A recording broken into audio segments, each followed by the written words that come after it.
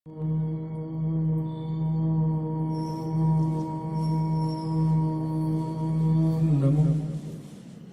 देवदेवेश परात्पर जगद्गुरु त्वं तन्मम कुर्वते भक्त्याः सुरासुरनराः सदा चैतन्यं शाश्वतं शान्तं व्योमातीतं निरञ्जनं नादिबिन्दुकलातीतं तस्मै श्री गुरुवे नमः। अचिन्त्याव्यक्तरूपाय निर्गुणाय गुणात्मने समस्त जगदाधार मूर्तये ब्रह्मणे नमः। ब्रह्मणे नमः। सद्गुरु माता सविंदर हरदेव जी महाराज की जय। प्रेमाने बोला। तुम्ही संतमाय बाप कृपावंत कायमी पतित कृतीवर अवतार तुम्हा धराय कारण उद्धराया जन महादोषी जडजीवा। तुम्ही संतमाय बाप कृपावंत आहात, दयावंत आहात, भाग्यवंत आहात। साधू संतांची सत्संग म्हणजे देवी देवतांची सभा असते, ब्रह्मसभा असते। आज या ठिकाणी सद्गुरु माता सविंदर हरदेवजी महाराज यांच्या कृपाशीर्वादानं ही देवी देवतांची सभा आयोजित झालेली आहे।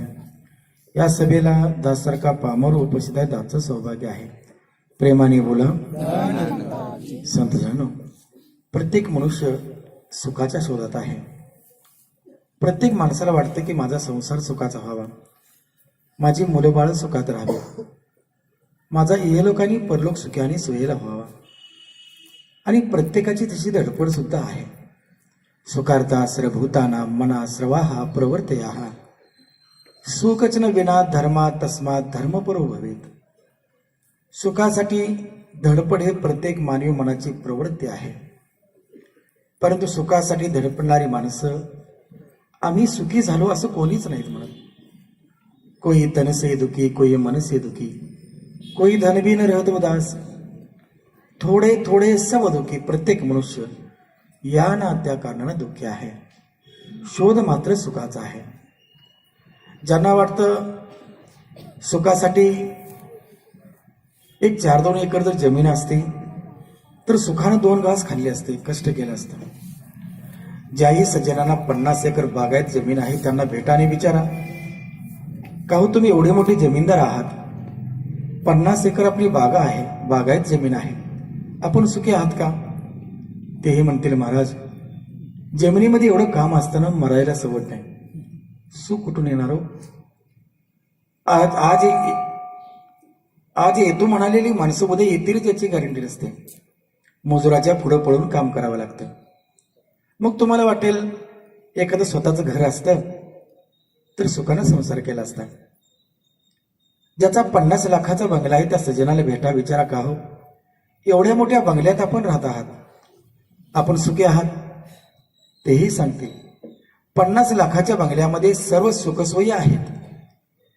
नवे 50 लाखाच्या बंगल्यामध्ये 50,000चा पलंग आहे, परंतु झोपेची गोळी घेतल्याखेरीज एकदाही झोपलो नाही। मग सुख कधी मिळेल, केव्हा सुखी माणसं होतील?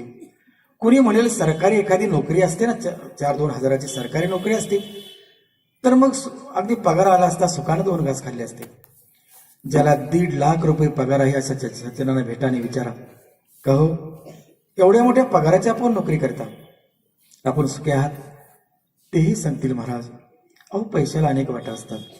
आताच मुलीचं लग्न झालं, 12-13 लाख रुपये गेले, मुलाला डॉक्टर केलं 30 लाख रुपये, घर बांधलं 50 लाख रुपये गेले, गुडघ्याचं ऑपरेशन झालं, डोक्याचं ऑपरेशन झालं, आणि म्हणजे दुःखाचे कळप याच्यावरतीच फिरतात का काय अशी परिस्थिती। अहो म्हणजे आम्ही सुखी नाही म्हणजे महाराज, 1.5 लाख पगार असला म्हणून पैशाला 12 वाटा असतात। मग आता सुख कुठे मिळेल माणसाला, केव्हा सुखी होतील माणसं? मग या जगात सुख नसतंच का? सुख हे खोकडाच्या शेपटीसारखं फसवं असतं, झोला एकीकडे जातं, दुसरीकडे निघून जातं ते। मग सुखी माणसं होणार नाहीत का? सुख शोधता शोधता जीवन गेले वाया, सुख तरी मिळालेच नाही, परंतु सुकून गेली काया, अशी प्रत्येक मानवी मनाची अवस्था आहे। मग कोणीतरी म्हणतं देवदेव करा, भक्ती करा, मग तुम्ही सुखी व्हाल. तुमच्या आसपासमध्ये, तुमच्या परिसरामध्ये असे कितीतरी माणसं आहेत रात्रंदिवस देवदेव करतात, रात्रंदिवस भक्ती करतात. त्यांना विचारा, का हो तुम्ही रात्रंदिवस देवदेव करता, रात्रंदिवस तुम्ही भक्ती करता आहात, तुम्ही सुखी आहात का? ती भक्ती करणारे माणसं सुद्धा खरंच सांगतील, अहो महाराज, सुख मिळावं म्हणून तरी रोज एका देवाच्या मागे लागतोय, आम्ही सुखी व्हावं म्हणून तरी रोज एका देवाच्या पाठीमागे लागतोय, पण आम्ही सुखी नाही, आम्ही सुखी नाही. मग या जगात सुख नाहीच का? माझे मायबाप, सुख निश्चित आहे, संसार सुद्धा निश्चित सुखाचा होतो. आपली दिशा चुकलेली आहे.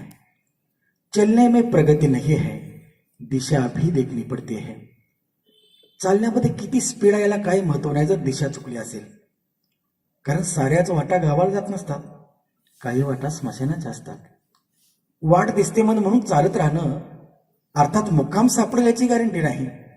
ज्ञानेश्वर माऊली सुद्धा म्हणतात, आगा काही पश्चिम समुद्राची तटा, निघिजत आहे पूर्वल या वाटा, काय कोंडा कांड तासोबटा कणवातडी.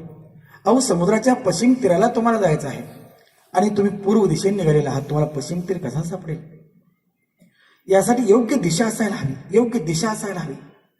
आणि म्हणून समाजाची दिशा चुकलेली आहे. संजनानो, बुडते हे जन देखेवे ना डोळा, म्हणूनही कळवळा येत असे. आणि म्हणून संतांना कळवळाला, म्हणून योग्य दिशा दाखवण्यासाठी हा संत निरंकारी मिशनचा प्रयास आहे. तुम्ही म्हणाल, कोणती दिशा चुकली? आम्ही काही परमार्थ करत नाही का? आम्ही भक्ती करत नाही का? आम्हाला देव माहिती नाही का? मी काही शास्त्राच्या आधारे तुम्हाला सांगतो देव कसा आहे. आणि मग तुम्ही विचार करा, असा देव आपणास माहित आहे का? प्रेमाने बोला, प्रेमाने बोला. हे पहा, संत निरंकारी मिशन एक धगधगतं आंदोलन आहे. संत निरंकारी मिशन म्हणजे अध्यात्मावरील प्रचंड क्रांती आहे. संत निरंकारी मिशनचा परमार्थ करण्यासाठी धाडस पाहिजे, हिंमत पाहिजे, सत्य स्वीकारण्याची धमक पाहिजे. दर्जेदार परमार्थ करायचा ना, आवाजात दम पाहिजे. प्रेमाने बोला. थोडासा फरक पडला असो. तर सदर भगवद्गीतेमध्ये 2रा अध्याय आहे आणि 2ऱ्या अध्यायामध्ये 23 क्रमांकाचा श्लोक आहे. परमात्मा भगवान श्रीकृष्ण म्हणतात की बाबानो, देव कसा आहे. बघा, सुंदर श्लोक आहेत, अनेकाचे परिचयाचे आहेत. भगवान श्रीकृष्ण असं म्हणतात की देव कसा, नयनम छिंदंती शस्त्राणी, नयनम दहती पावकाः, न चैनम क्लद्यांत्यापो, न शोषयती मारुताः. याचा अर्थ सोपा आहे. न म्हणजे नाही, येणं म्हणजे मला, छिंदंती शस्त्राणी म्हणजे देवाला शस्त्र तोडीत नाही. तुम्ही शिकले सवरलेला आहात. शस्त्राचा प्रहार केला, जगातले सर्व धातू तुटतात, त्याच्यावरती परिणाम होतो. परंतु एक अशी वस्तू आहे देव, त्याला शस्त्र तोडीत नाही. मग सांगा बरं, शस्त्रानं न तुटणारा देव तुम्हाला माहिती आहे का?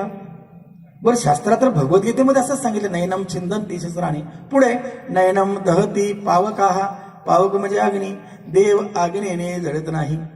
मग सांगा बरं, अग्नी न जळणारा, आता आमचं गोल्ड रिफायनरीचं दुकान तामिळनाडूत आहे. आमच्या भट्टीमध्ये 1000 सेंटीग्रेडला सोनं वितळतं. तांबा, चांदी, प्लॅटिनम सगळे धातू वितळतात. वेळाखुरपी करायला येणारे लोक त्यांच्या भात्यावरती लोखंड वितळतं. अर्थात अग्नीचा परिणाम सगळ्या धातूवरती होतो, पण देव एक अशी वस्तू आहे त्याला अग्नी जाळत नाही. मग सांगा बरं, अग्नी न जाळणारा देव तुम्हाला माहिती आहे का? पुढे आणखी सोपं, न चैनम क्लेद्यांत्यापो, न शोषती मारुताः, न चैनम क्लेद्यांत्यापो. देव पाण्याने भिजत नाही, देव पाण्याने भिजत नाही. आणि आम्ही पाणी घेतल्याशिवाय राहत नाही. भगवद्गीता 2रा अध्याय 23वा श्लोक, नयनम दहती पावका न चैनम क्ले. देव पाण्याने भिजत नाही. मग सांगा बरं, तुम्ही शिकले सवरले आहात, पाण्याने न भिजणारा देव कुठे आहे? माहिती आहे का तुम्हाला? तुम्ही अशा देवाची भक्ती करत आहात का की जो पाण्याने भिजत नाही? अहो, असं कुठे देव असतो? मग भगवद्गीता खोटे सांगते का? मग भगवद्गीतेवर केस करताय का तुम्ही चुकीचा आहात म्हणून? भगवद्गीतेचे श्लोक, ज्ञानेश्वरचे श्लोक, बायबल कुराणचे श्लोक काढून टाका म्हणून केस का नाही करत तुम्ही? अहो, भगवद्गीता 100% सत्य आहे. सत्य आहे, मग स्वीकारत का नाही? हा मिशनचा प्रश्न आहे. मिशनच्या वतीने तुम्हाला हा प्रश्न आहे. सत्य आहे ना भगवद्गीता, सत्य आहे ना ज्ञानेश्वरी, सत्य आहे ना बायबल कुराण, मग स्वीकारत का नाही? हा देव पाण्याने भिजत नाही. न शोषती मारुता, ताशी 400 किलोमीटर वारणार गरजणारे वारं सुटलं तरी देव उडून जाऊ शकत नाही. बरं, असा देव आहे भगवद्गीतेत. तुम्ही म्हणाल, ठीक आहे महाराज, भगवद्गीता हा ग्रंथ थोडा संस्कृत म्हणण्याचा अवघड आहे हो. सोपं असतं तर आम्ही घेतलं असतं. काही अवघड नसते हो, अवघड करून सांगितलं गेलेलं आहे. कसं आहे बघा, एका आढळणामध्ये एसटी बंद पडली. एसटी महाराष्ट्र गव्हर्नमेंटची बंद पडली आणि इकडे 4 किलोमीटर गाव नाही, इकडे 4 किलोमीटर गाव नाही, मध्ये एसटी बंद पडली. 50-55 पॅसेंजर एसटी मध्ये होते.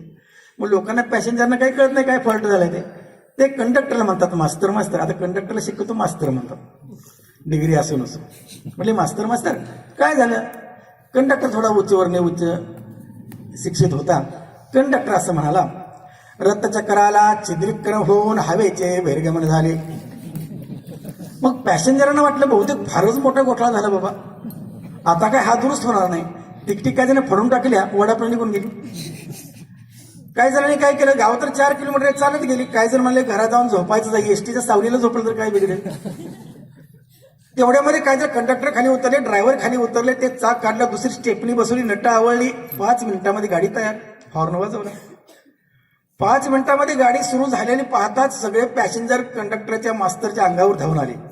मास्तर सांगता येत नाही व्यवस्थित, जे झालं, जे प्रॉब्लेम आहे, फॉल्ट आहे, तो व्यवस्थित सांगता येत नव्हता का? हा, अगदी मास्तरच्या अंगावर मास्तर म्हणाले, अहो माझं काय चुकले, मी जे झालं ते तसंच सांगितलं तुम्हाला. काय सांगितलं तुम्ही? मी म्हणालो रथचक्राला छिद्रीकरण होऊन हवेचे बहिर्गमन झाले. रथ म्हणजे गाडी, चक्र म्हणजे त्याचा चाक, छिद्रीकरण त्याला होल पडलं आणि हवेचे बहिर्गमन, आतील हवा बाहेर निघून गेली. अहो साधा पंक्चर झाला म्हणायचं नव्हतं. आलं लक्षात?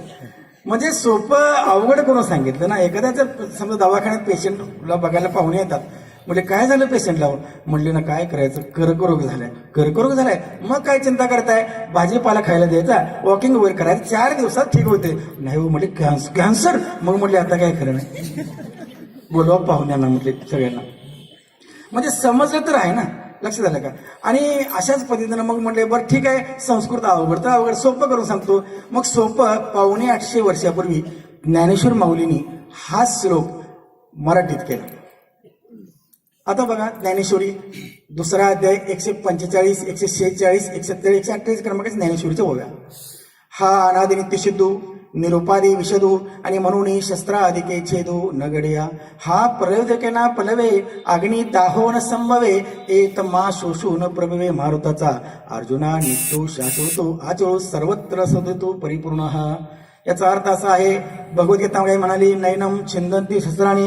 बाबांनो देवाला शस्त्र तोडीत नाही. माऊली असं म्हणाल्या, शस्त्राधिके छेदू न गडिया.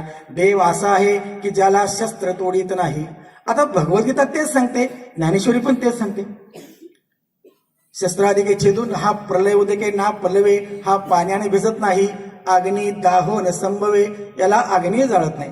मग सांगा बरं, भगवद्गीता पण सांगते देव शस्त्रात तुटत नाही, अग्नी जळत नाही, पाण्याने भिजत नाही. ज्ञानेश्वरी पण सांगते देव शस्त्रात तुटत नाही, अग्नी जळत नाही, पाण्याने भिजत नाही. आणि इकडे तर म्हणतात नामामने ग्रंथ श्रेष्ठ ज्ञानदेवी आणि एक तरी ओवी अनुभवावी. अहो 9037 ओव्यात एक तरी ओवी अनुभवता ना.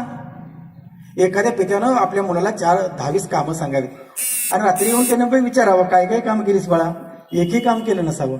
बापाना हृदयावर हात मारून म्हणावा, अरे 100 कामं सांगितली रे, अरे एक तरी करायचं होतंच, एक तरी करायला हवं होतंच. अरे 9037 ओव्या लिहिल्या, एक तरी ओवी अनुभवायची होती, एक तरी. बरं ठीक आहे, तुम्ही म्हणाल 750 वर्षाची भाषा प्राकृत नाही समजली आम्हाला, आणखी सोपं असतं तर बरं झालं असतं. आता आणखी सोपं सांगतो, प्रेमाने बोला. नीतिवंत कीर्तिवंत जाणता राजा, निश्चयाचा महामेरू भौत जनांचे आधारू, अखंड स्थितीचा निर्धारू श्रीमंत योगी यांचे समकालीन संत. समकालीन असं म्हटलं. समकालीन संत कोण? रामदास स्वामी.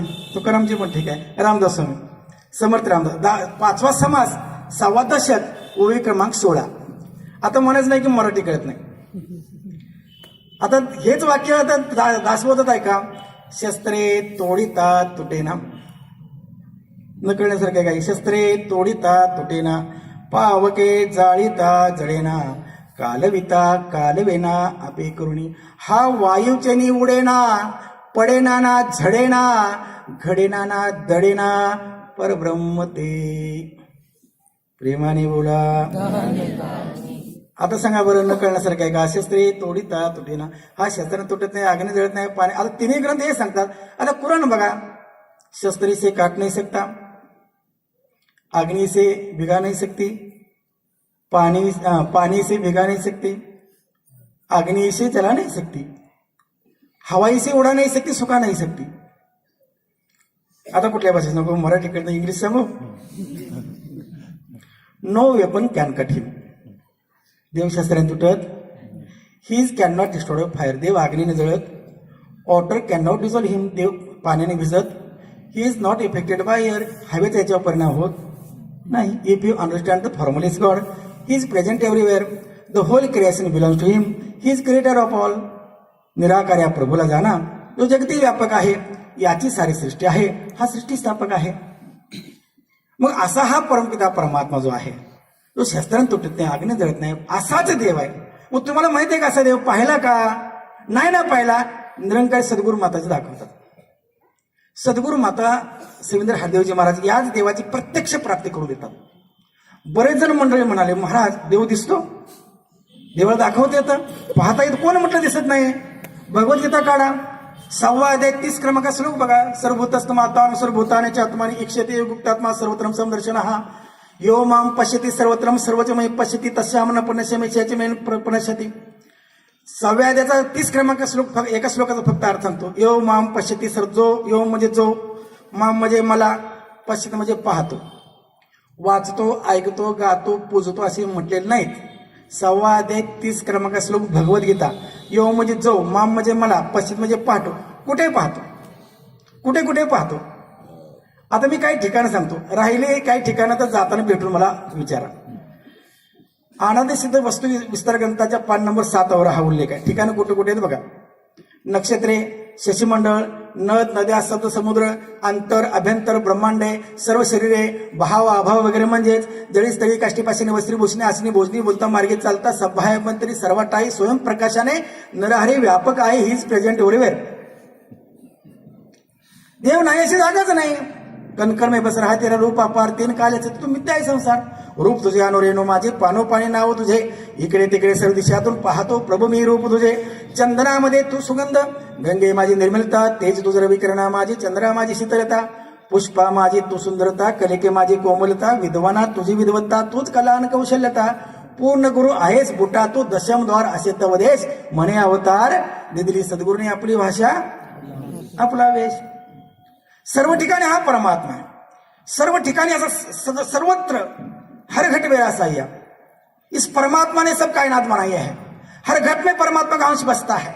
इस दृष्टि से अगर हमने देखा जाए तो सब अपने लग जाएंगे. बाबा जी महाराज, धरती एक है और धरती के ऊपर रहने वाले सब एक ही परिवार के सदस्य हैं. परमात्मा ने तो कोई भेद नहीं किया है. सब 5 तत्व के पुतले, सब 5 तत्व के पुतले हैं. परमात्मा ने तो कोई भेद नहीं किया है. ये परमात्मा हर घट में बसता है. प्रत्येक घटामध्ये हा सर्वत्र व्यापक हा परमात्मा आहे. टाइम थोडे म्हणून सांगतो.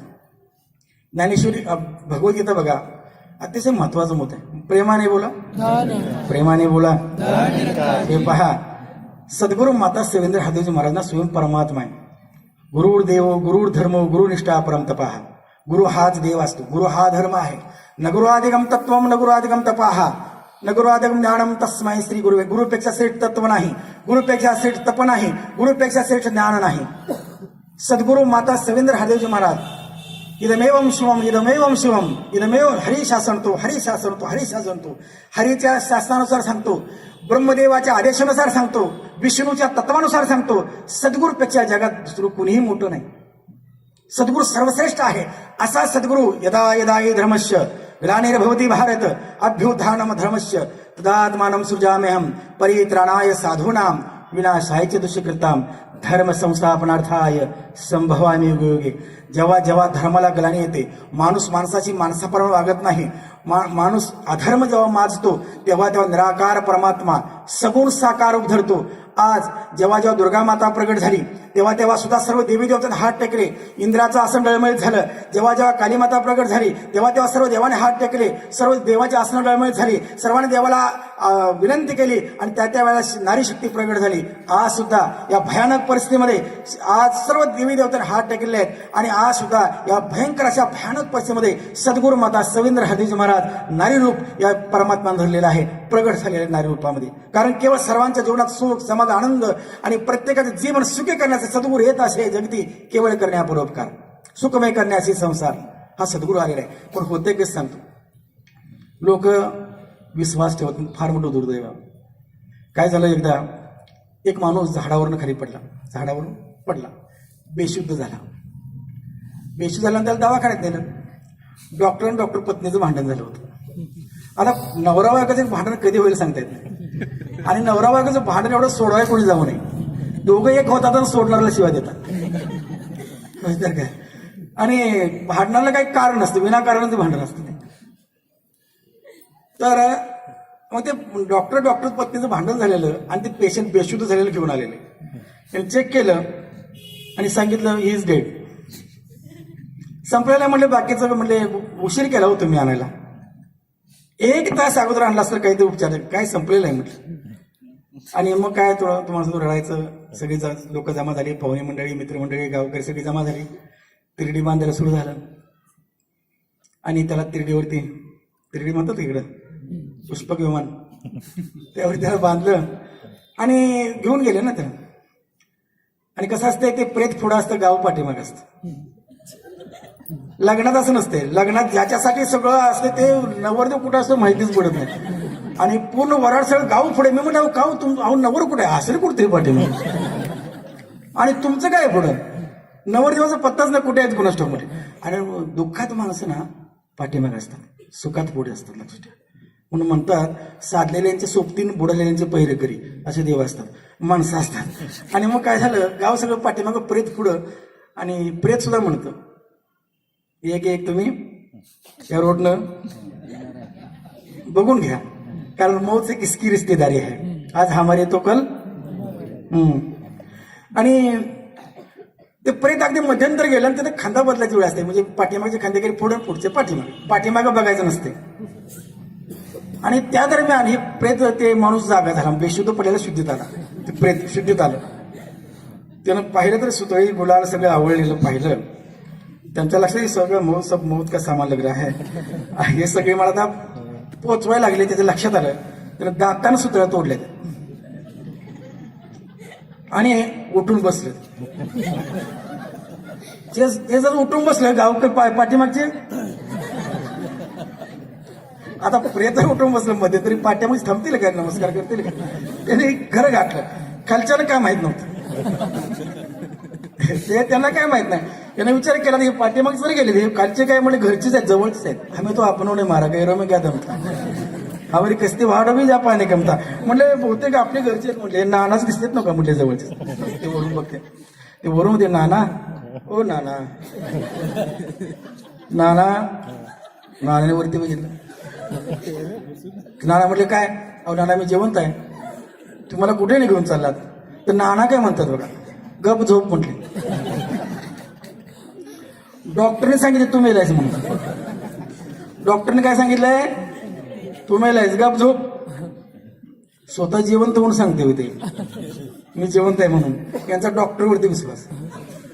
अहो स्वयं परमात्मा सगुण सद्गुरू माता सविंद्र हरदेवजी महारूपात स्वयं परमात्मा आलेला आहे, स्वयं देव आलेला आहे सद्गुरू माता सविंद्र हरदेवजी महारूपातनं.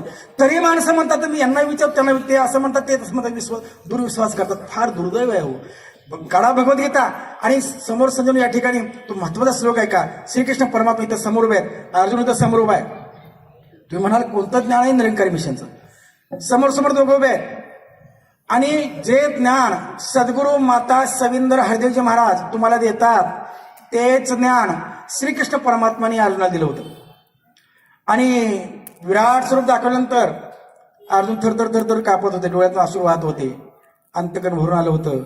अर्जुनाचे हात जोडले होते आणि 11व्या अध्यायामध्ये 16, 17, 18, 19, 20, 38, 39, 40 क्रमांकाचे श्लोक भगवान श्रीकृष्ण अर्जुन असं म्हणतात. भगवान श्रीकृष्ण म्हणतात, अर्जुन अरे माझं विराट स्वरूप कसं पाहिलंस, अर्जुन म्हणतात, अनादि मध्यांत म्हणंत वीर्य म्हणंत बाहू शशूर नेत्रम ध्यावा पृथ्वी मंत्रम हि व्याप्तम त्वयकेन दिश सर्वाः दृष्टवाद्भूतं रूपउग्रम लोकत्रियं प्रव्यातितं महात्मनः त्वमादिदेवाः पुरुषाः परमस्य विश्वस्य परमदानं वेतासि वेदं च परं च धाम त्वयततं विश्वमनन्तरूपं वायुर्यमुराग्निवरुणाशजकः प्रजापतिस्तं प्रपितामह च नमो नमस्ते सस्तु कृत्वाः पौनश्च भूयोऽपि नमो नमस्ते नमः पुरस्तादत् पुरस्तस्ते नमस्ते सर्वदेव सर्व अनंतवीर्यमितेव कर्मत्सव सरण समापनोसी तत्वसी सर्वाः.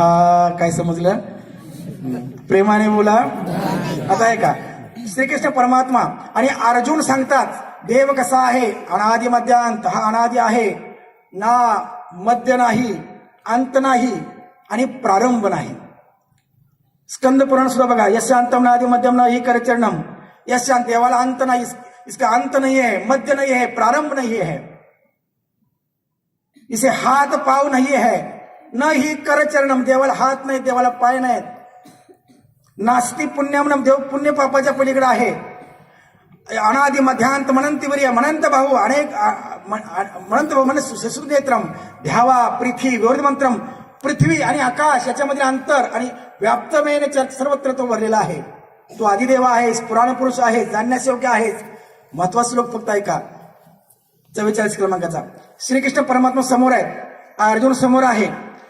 निरंकारी माताजी सद्गुरू माता सविंद्र हरदेवजी महाराज जे ज्ञान देतात, जे ब्रह्मज्ञान देतात, तेच ब्रह्मज्ञान त्यावेळेला अर्जुनाला श्रीकृष्ण परमात्मा दिलेलं आहे.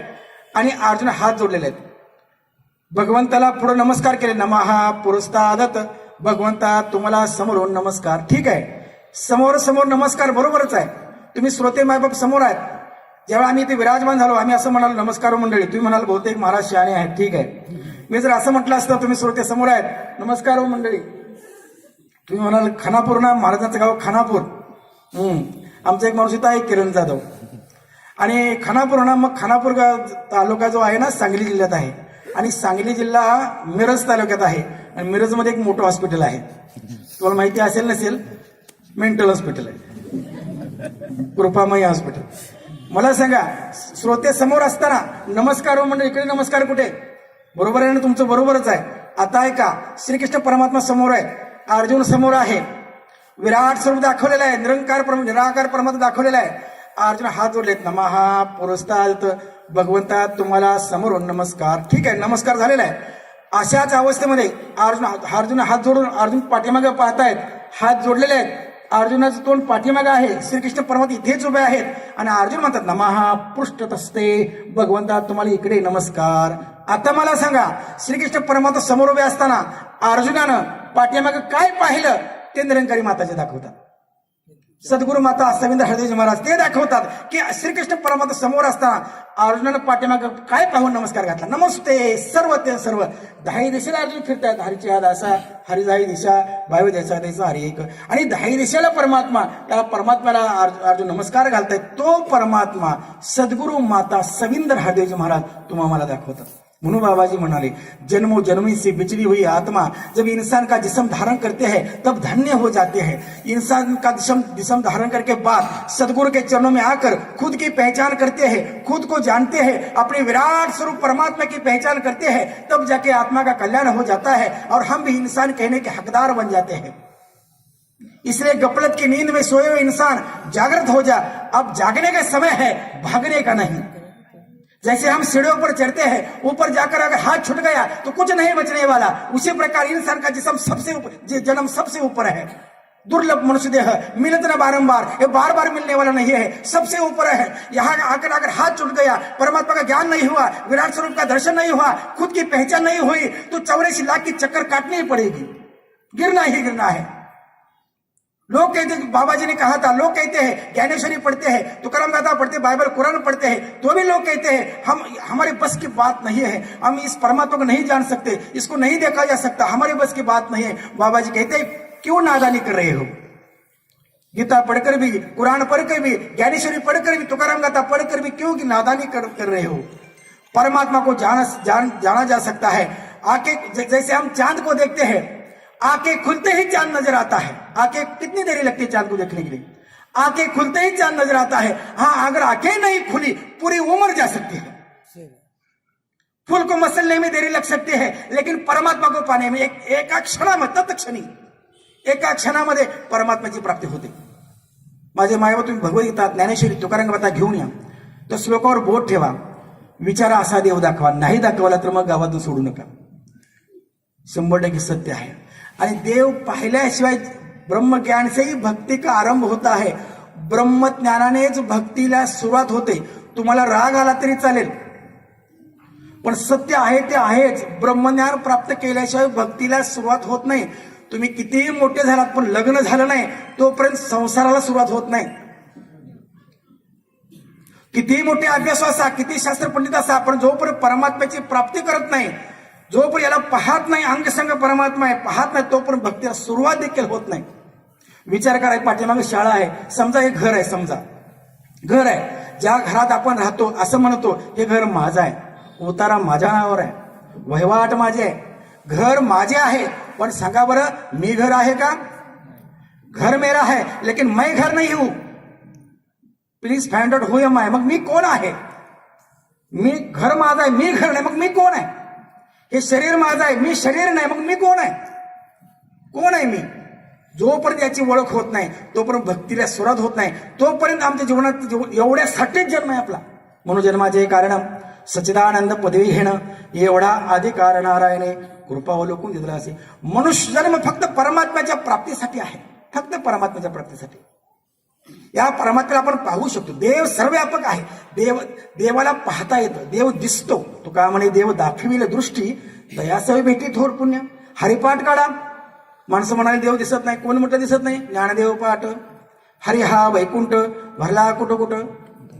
भरला घनदाट. हरी दिसे, हरी दिसे. अंगे संग तुझको देख के हरी दिसे. हा परमात्मा दिसतो. याला पाहत, याच्यासाठी दिव्य दृष्टी, ज्ञानदृष्टी लागते. ते ज्ञानदृष्टी सद्गुरु माता सविंद्र हरदेव तुम्हाला देतात. ज्ञानम नास्ति गुरु विना, गुरुशिवाय ज्ञान नाही. आणि सद्गुरु माता सविंद्र हरदेवजी महाराज तुम्हाला ते ज्ञान देतात. त्या परमात्म्याची प्राप्ती करून देतात, त्या परमात्म्याची ओळख करून देतात. माझे मायबाप फार मोठं भाग्यवंत आहे. बाबाजीने एक उदाहरण सांगितलं होतं, थोडी 2 मिनिटाचं उदाहरण सांगतो. एक झाड आहे, वडाचं मोठं झाड आहे, वडाचं मोठं झाड आहे. आणि त्या झाडावरती अनेक पक्षी परंपरेने राहत आहेत. पक्ष्यांच्या पिढ्याने पिढ्या त्या वडाच्या झाडावरती आहेत. आणि असं एकदा झालं की हजारो वर्ष वडाचं झाड असं करीत राहा, पक्ष्याच्या पिढ्याने पिढ्या तिथे राहतात. एकदा वडाचं झाड धाड धाड धाड पेटलं, अग्नीच्या भक्षस्थानी पडलं. ते वडाचं झाड पेटल्यानंतर असं झालं की सगळे पक्षी मरून पडायला लागले, कोळसा होऊ लागले, मरून पडायला लागले. तेव्हा त्या वडाच्या झाडाला दया आली. वडाचं झाड बोलायला लागलं, अरे रे, तुम्ही म्हटले पक्ष्यांनो मरू नका रे, तुम्हाला पंख दिलेले आहेत, त्या पंखाचा वापर करा, पंखाचा उपयोग करा, तुम्ही उडून जा, तुम्ही नका मरू, तुम्ही स्वतःला घात करून घेऊ नका, तुम्हाला देवानं पंख दिले आहेत. माझी अवस्था असेल की माझ्या या वृक्ष योनीमध्ये उडून जाण्यासाठी व्यवस्था नाही रे.